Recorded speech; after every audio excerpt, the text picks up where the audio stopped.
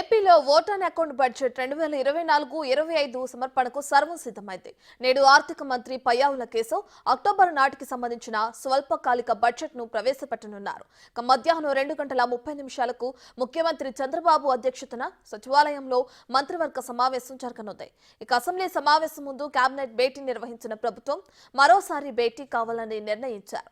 CM Chandrababu శుక్రవారం ఢిల్లీ వెళ్తున్నారు. ఇక దీంతో కేంద్రం ముందు ఉండాల్సిన అంశాలపై కేబినెట్ లో చర్చించే అవకాశం ఉంది.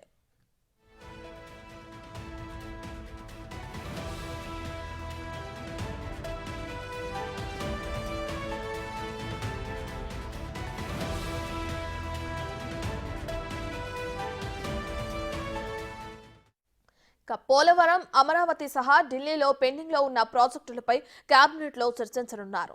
డయాఫ్రమ్ వాల్, వికసిత ఏపీ అమలుకు తీసుకోవాల్సిన నిధులు, కేంద్ర ప్రయోజిత పథకాలకు మ్యాచింగ్ గ్రాంట్ తగ్గించాలనే అంశాలను కేబినెట్ లో చర్చకొచ్చే అవకాశం ఉంది.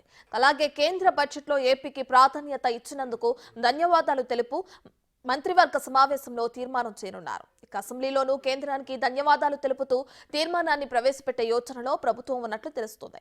సీఎం చంద్రబాబు రేపు ఢిల్లీ వెళ్లనున్నారు. 27న జరిగే నీతి ఆయోగ్ సమావేశంలో ఆయన పాల్గొనున్నారు.